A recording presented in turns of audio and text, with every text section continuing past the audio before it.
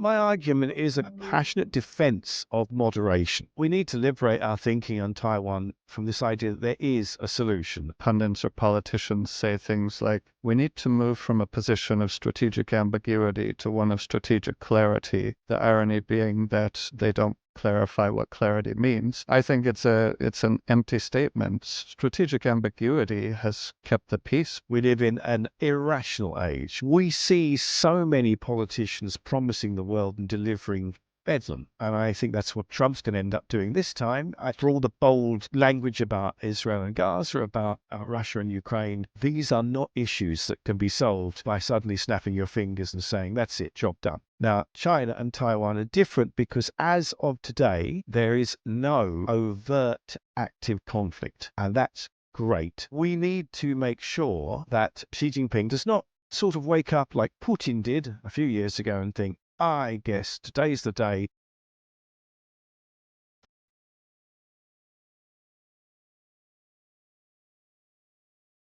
Welcome to the Interlocutor podcast. I'm Tyrel Cameron Eskelson. My guest today is Kerry Brown. Kerry is Professor of Chinese Studies and Director of the Lao China Institute at King's College London. From 1998 to 2005, he worked at the British Foreign and Commonwealth Office as First Secretary at the British Embassy in Beijing, and then as head of the Indonesia, Philippines, and East Timor section. He's the author of almost 20 books on Chinese politics and history. Today, he joins me for a discussion about his latest book called The Taiwan Story: How a Small Island Will Dictate the Global Future. Professor Kerry Brown, thank you very much for joining me today. Thank you. I'm interested in when you first realized you were interested in studying Chinese history, and that it was a place that you wanted to visit. Yeah, I mean, I first visited China actually when I was living in Japan. I was a JET, I think they still exist, Japan Exchange Teachers. They do. Big program, always was a big program. I think it was then, probably still is, the biggest single employer of British graduates, new British graduates.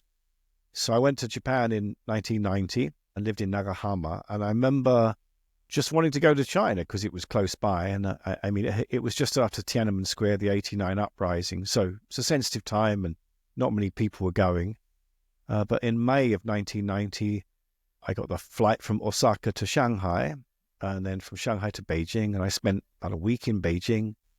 And I thought, wow, this is a place that I really want to spend more time in. I went to Australia when I'd finished in Japan in 1991, 92, and I started learning Chinese at night school.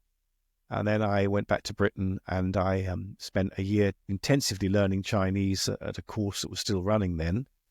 And then went to China from 94 to 96 as a teacher and learning Chinese. So it was a combination of accident that I took this flight from Japan to Beijing and found it was amazing.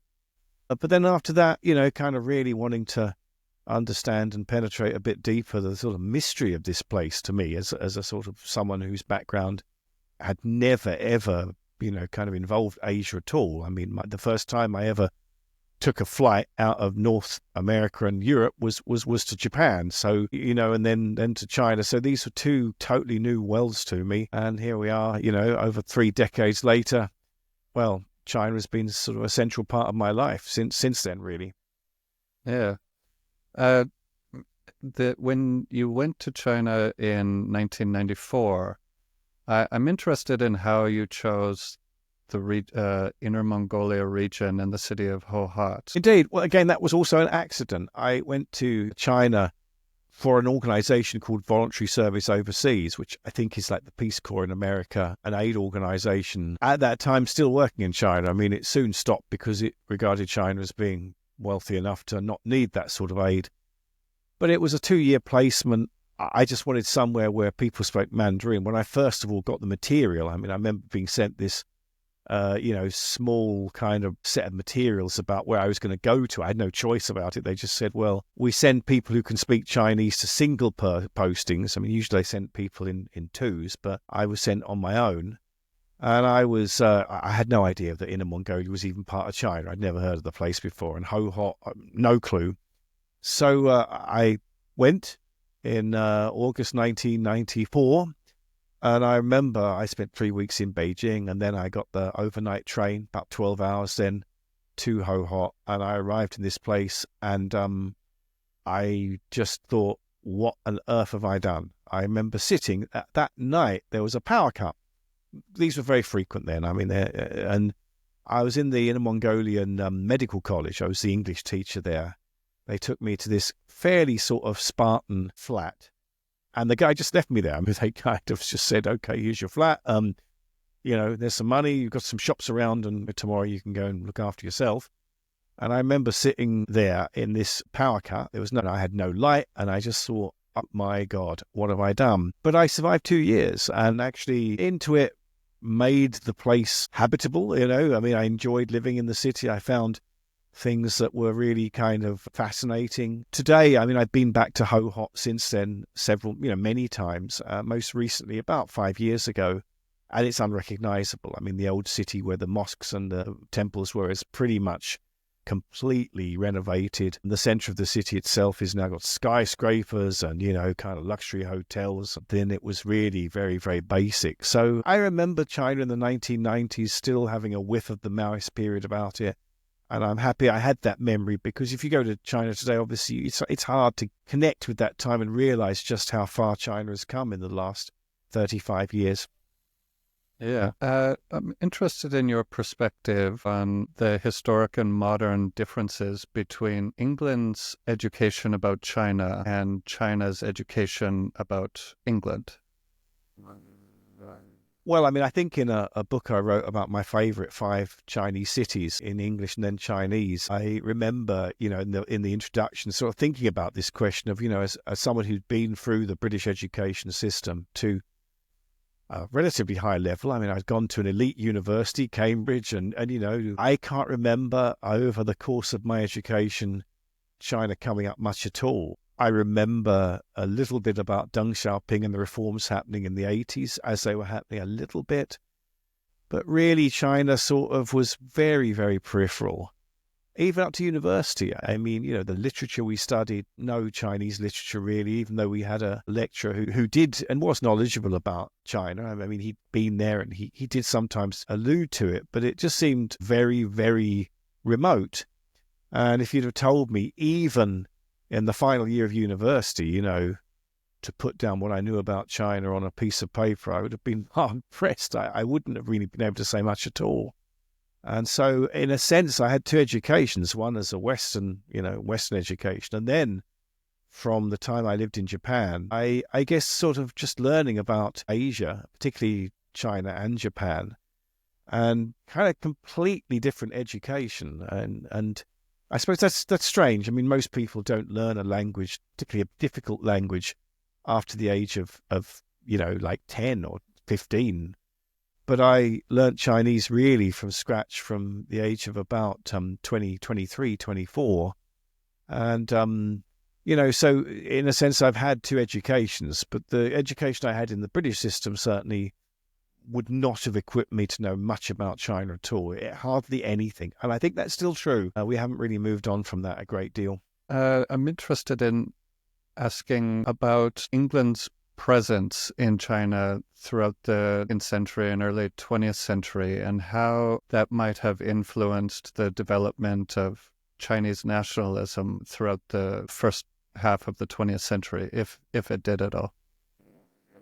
Yeah, I mean, Britain and China have had a relationship going back to the time of Elizabeth I. I mean, that's when they had contact. There was a British post in Hirado in Japan from 1613 to 1623, where business was done with southern China. I mean, that was through what was called the East India Company, the British company set up to sort of really do business in the Far East, as it was called then.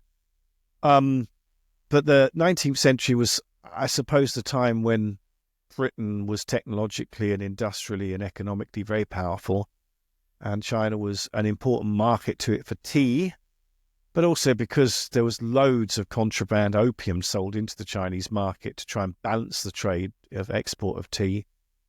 The Anglo-Chinese Wars from 1839 to 1860 sort of smashed China open with, Britain taking the lead. And I think created this kind of tragic situation of China being exploited and unable really to defend itself. And as you well know, that leaves a very big wound to this day. Chinese patriotism and nationalism is fired really by what's called the 100 Years of Humiliation. And Britain played such a huge role in that. And if Chinese people know anything about Britain, it's going to be that we were the country that most exploited it, in their view, in the 19th century. The nationalism was obviously a response to that. It was a bit of a foreign import. I don't think, if you look at the work of Liang Qichao, one of the intellectuals at the end of the 19th century, involved with the 100 Days Reform in 1898 to try and bring about change to the Great Qing. He kind of asked this question in his writings about, well, who are the Chinese? We don't know who we are. I mean, if we don't have an answer to who we are, we don't know who we're standing for. We don't know what we're fighting for. So we are going to be vulnerable. And I suppose that really spurred this nationalism that became such a big force in the early 20th century. To be honest, the British and others, when they first encountered this, found it unsettling, increasingly unsettling. One of the most famous events was the Boxer Rebellion in 1900, which was really a kind of grassroots movement against the oppression of foreigners and the inefficiency of the Qing. And, missionaries were really the ones that bore the brunt of this. Some were murdered by Chinese people in the countryside because they were regarded as Western imperialist agents, and it was a very harsh encounter. And much of China's history for the next decades up to the revolution of 1849 was really fired by this deep sense of resentment at what had happened to China at the hands of foreigners, but also at the hands of its own government, to become so weak and vulnerable. And Chinese nationalism kind of wrapped all of those emotions and those aspirations up, and still has a big, big impact to this day. I mean, Xi Jinping is in many ways a fairly strong nationalist. And so Chinese nationalism has had a big, big role, not in the way that Japanese nationalism was such a big thing in the Second World War and created so many problems. Chinese nationalism has not been that sort of hyper-aggressive kind of move. But it certainly has been something that's worried outsiders, and today really worries outsiders because of this idea that Chinese nationalism is now at a peak and is more and more assertive and has the capacity to do something with the military and other things that China has. So it's still an extremely important issue. I'd like to ask a couple more about the retreat of the Republic of China to Taiwan, how that led to the stalemate, I guess, that we still find there today. Once again, accident, like in my own career, and the fate of nations, accident plays a massive role. You could say that with the retreat of the nationalist army, about 1.5 million people to Taiwan Island in 1947, 1949, and the communist victory finally in October 1949. In many ways, the expectation, even by the Americans under Truman, was that this, was going to be, the communists were going to prevail. They're going to launch an invasion on Taiwan.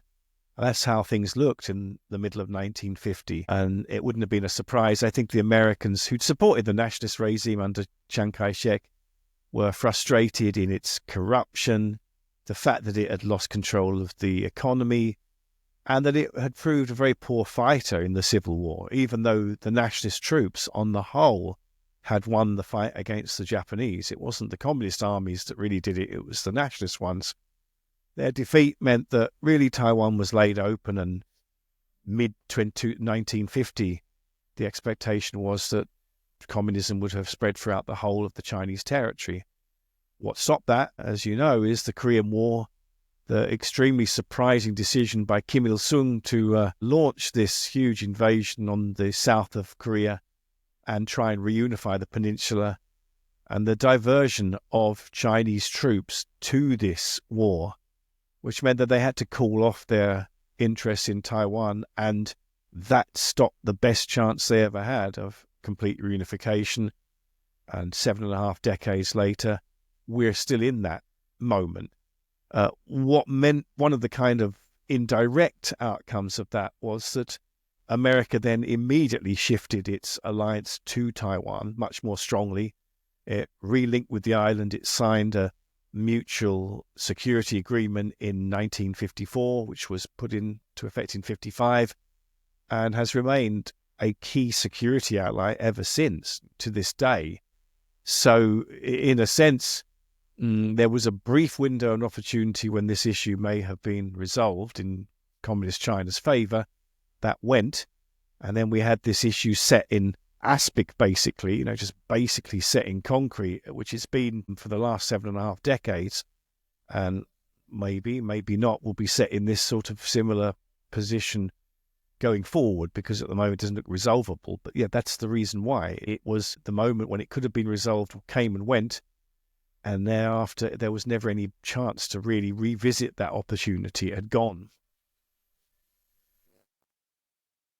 I'm interested in when you first visited Taiwan and what your observations were at that time compared to what you saw in China. So my career has mostly been living in, working with and researching mainland China, the People's Republic of China.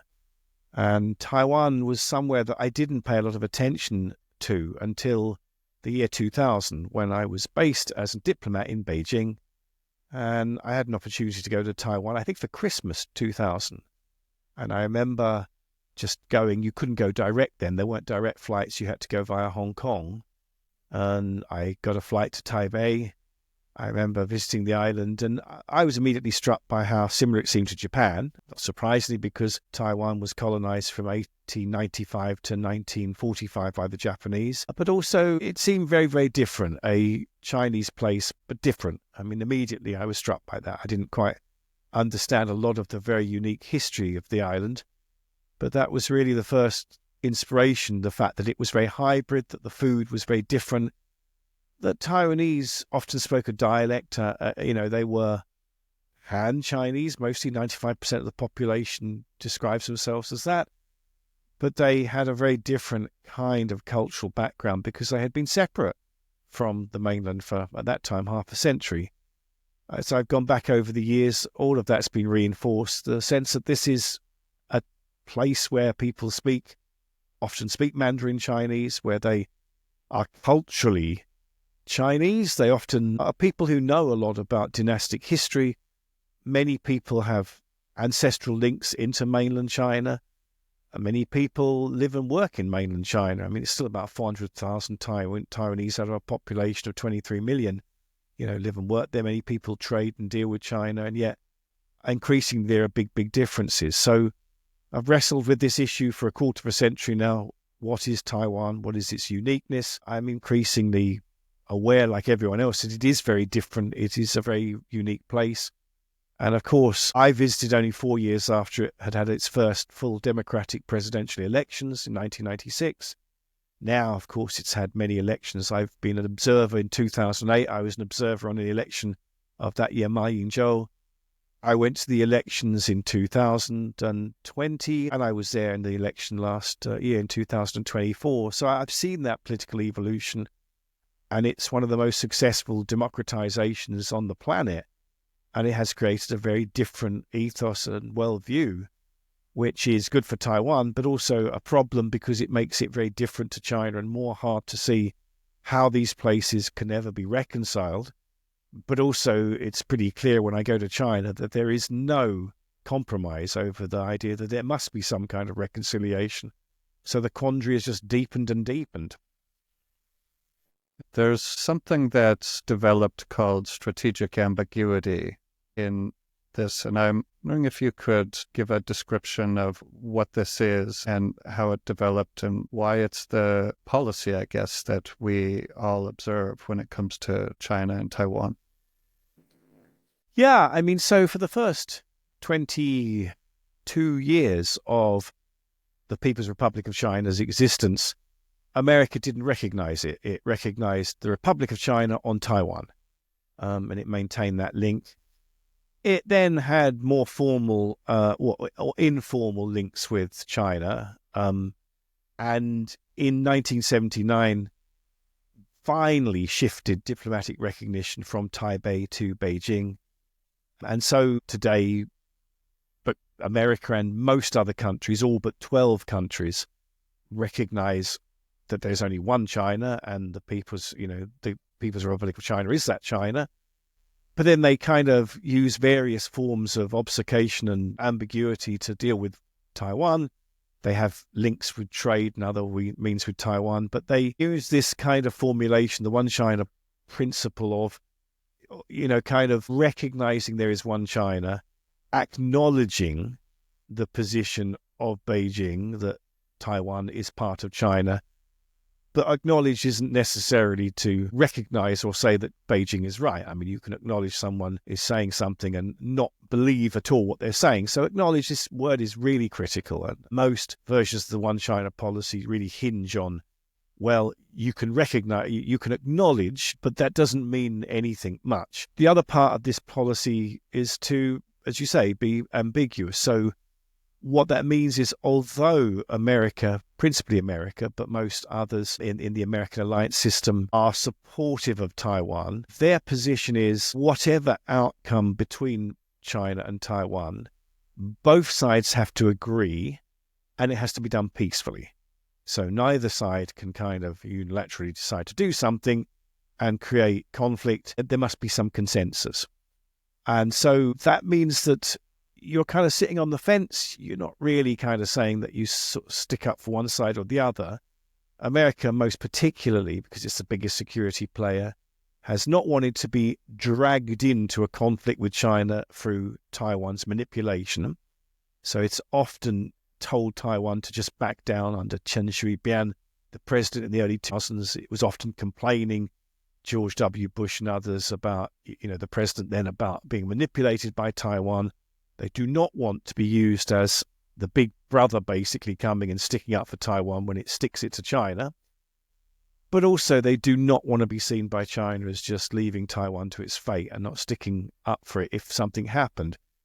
So that ambiguity has sort of served the world well, because there's been no major conflict between either side until today. I think Donald Trump, in a weird way, is returning to this ambiguous position. I mean, President Biden said a few times that America would definitely fight on the side of Taiwan if it were attacked, which isn't the policy. The policy is not to say what you would do if it was attacked. But under Trump, it's really kind of changing to going back to what it was before. We are not quite sure what America might do. One day it seems to be really sticking up for Taiwan. The next day it seems to be saying, well, it's a matter between the Chinese and Taiwanese, and we don't really care what's it to do with us. And so we've returned to that. I suppose what's different is that the stakes in this issue, if it's got out of hand now, are so much higher than they ever were before. Those are the broad policy positions: one China principle, one China policy, if you want to call it that, and strategic ambiguity. Just building on that answer, could you say something about how China's current president, Xi Jinping, views this issue compared to past Chinese leaders?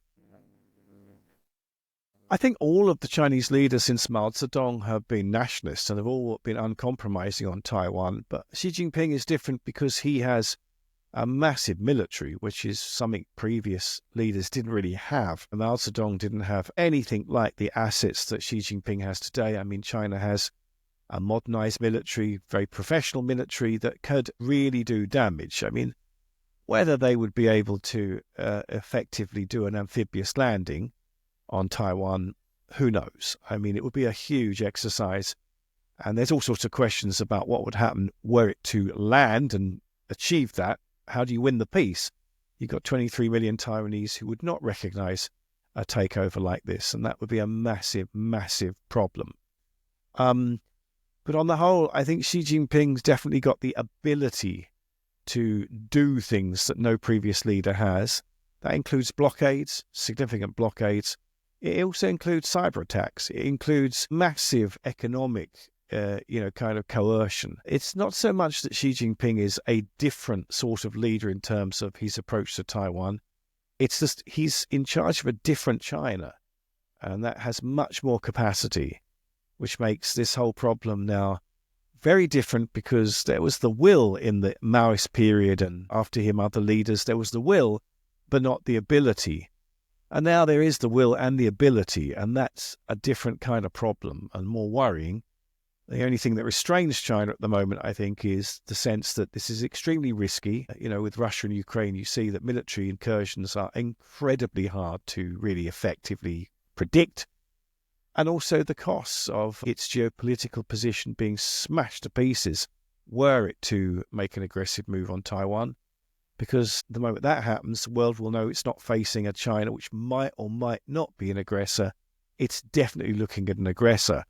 And all of our foreign policies will then change that minute. It will be a completely divided world, and probably a world that will tumble into a global war, because if China attacks Taiwan, it is most likely that America would have to do something, even though strategic ambiguity means we don't know what it would do, but it would need to do something, and then you would have America facing China. And with all that means, that would be a colossal escalation. Yeah, I'd like to focus a little bit now on Taiwan itself and talk about some domestic developments over the last, say, 30, 40 years or so. What has it meant to Taiwan that in the 1990s it became a democracy? Well, I think the democratization it's a long process. I mean, it started in the 80s in Taiwan, and then, was kind of fulfilled in the 90s through initially legislative elections and then presidential election. That was the big moment. I guess what it did is it made Taiwan a far deeper and closer ally to America and the political West. Before, it was a one-party state, basically. So it was hard, really, for Americans and their allies to say they truly were invested in Taiwan's future, because there were big political differences. And once Taiwan became a multi-party democracy with genuine competition for power, of course, then ideologically and in terms of values, it belonged to the political West camp. So I think that kind of obviously strengthened its support. Domestically, I think it's true it's more complicated. In some ways, what we see today is a Taiwan which has the kind of strengths of all democracies. It knows its problems, it knows its weaknesses, it's probably efficient in the way that it tries to develop policy up to a point. But it's a very divided population now. Not necessarily on policy towards China. I think most people are fairly certain that they do not want reunification. I mean, huge numbers. But really about how best to have a relationship with China. 2024 election I referred to earlier. Well, there were three parties. The victorious party, the Democratic Progressive Party, only got 41% of the vote. There were two other parties. The Nationalist Party got about a third of the vote. And then the Taiwan People's Party got about a quarter of the vote. They both regarded relations with China as something that should be more constructive. There should be more contact. There should be more direct talks. So definitely a majority of Taiwanese voted for a policy which was a bit more open-minded towards China. Most surveys, however, show that Taiwanese people want pragmatic relations and the status quo to continue. So kind of Taiwan is as prone now to politics everywhere in divisions. The current government, Lai Ching-de's government, he's the victor in January 2024. They're not super popular, mostly for economic reasons. And there's arguments every day about, particular areas of policy. And obviously there's concern about what the Trump's, kind of White House's attitude towards Taiwan is. Will they be part of the bargaining, the big new deal that there's going to be put forward for America and China? I mean, does Trump really stand by these sort of alliances? I mean, will he do what he's doing with Ukraine and basically say, suck it up, do a deal, and let's just get on and, kind of just do business and forget everything else? I mean, it's really, really tough to say today that Taiwan is not vulnerable. I mean, it's got a massive, massive security threat from its closest neighbor and its biggest trading partner. But on the other hand, I think there's still a good sense that within Taiwan, people are very aware that they have something precious in freedoms in media, freedom of speech, and ability to vote for who they like and don't like. And that is part of who they are. And if that were to go, they would not be the people they are today. China would not be able to deal with that kind of opposition easily. I mean, it might be able to kind of, assert its power, but winning a peace is very different, and that would be a colossal exercise and probably at the moment an impossible one. So a Taiwanese democracy has given it an extra inner strength, which has certainly created a stronger dilemma for China, and I think made the issue for Taiwanese much clearer that they want to defend who they are, not just what they are, but who they are.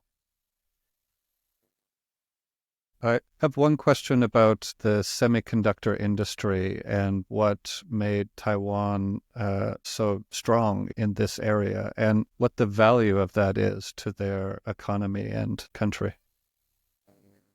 Yeah, I mean, the extraordinary accident again of Maurice Zhang, who was, he was born in China, but he moved to America when he was a young man in the 1940s, worked in Texas after doing a PhD, I believe, at Harvard on electrical engineering, managed to then get recruited by the Taiwanese government in the 80s to set up a kind of industry dealing with components and very early semiconductors, and created this incredible company, which I visited in 2024, the Taiwan Semiconductor Manufacturing Company, which is one of the world's most valuable companies now. It makes something like 90% of the world's top technology semiconductors, present really everywhere. And this is an incredible thing.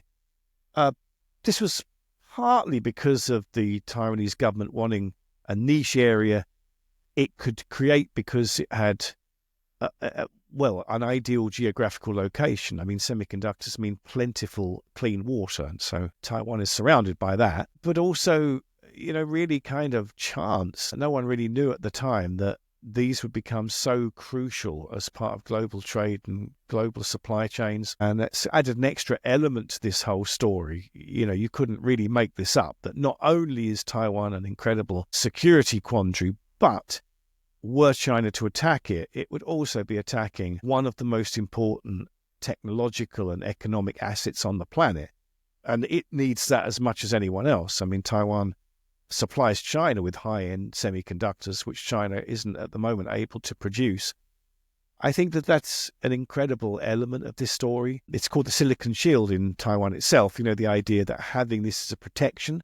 Some people argue that, in fact, it's also a problem, that China might just be tempted to smash it apart because it will impact on everyone, not just China. And others are sort of saying that China is picking up its speed in trying to create these high-tech semiconductors so that one day it'll be able to do it on its own. But as of today, it's an immensely important part of this whole equation. During the pandemic in 2020, 2021, kind of because of shipping issues and all of the kind of disruption, then the supply of semiconductors from Taiwan was disrupted, and there was immediate impact on the world. So we know we have a foretaste of what might happen if this dependency continues. Trump has asked that Taiwan put semiconductor manufacturing in America. But as I say, it's not just the technology, it's the location of the factory in Taiwan and the fact that it's got this incredible supply link of something like 420,000 components. It's very hard to build that up quickly. Well, I mean, it's impossible to build it up except over decades. And the only company that's really done that is the Taiwan Semiconductor Manufacturing Company.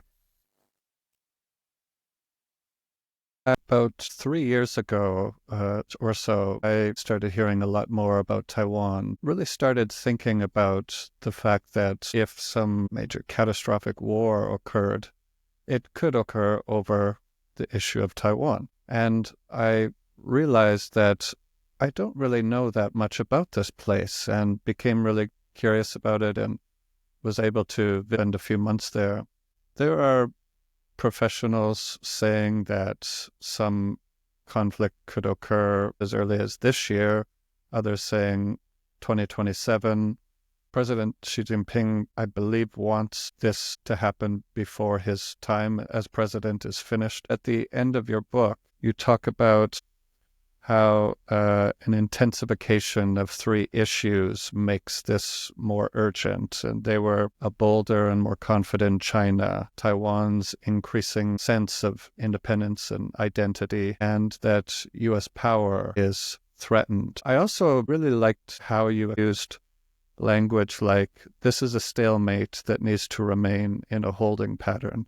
I found that very sensible. I have never liked hearing pundits or politicians say things like, we need to move from a position of strategic ambiguity to one of strategic clarity, the irony being that they don't clarify what clarity means. I think it's an empty statement. Strategic ambiguity has kept the peace for many years and prosperity on all sides. Based on all these things I just said, could you give your opinion on what you would like to see over the next few years?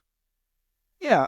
Look, I mean, I think it's an illness in many, well, I mean, in China too, everywhere. But I mean, people want to see final resolution, right? They want to see solutions. They want to see nice, neat, simple, kind of outcomes. We do it everywhere in our work, in our politics, in our societies. And yet we never really have anything but a process. Life is a process. It's flowing all the time. Once we get to one outcome, we then suddenly start marching towards another one. It's continuous.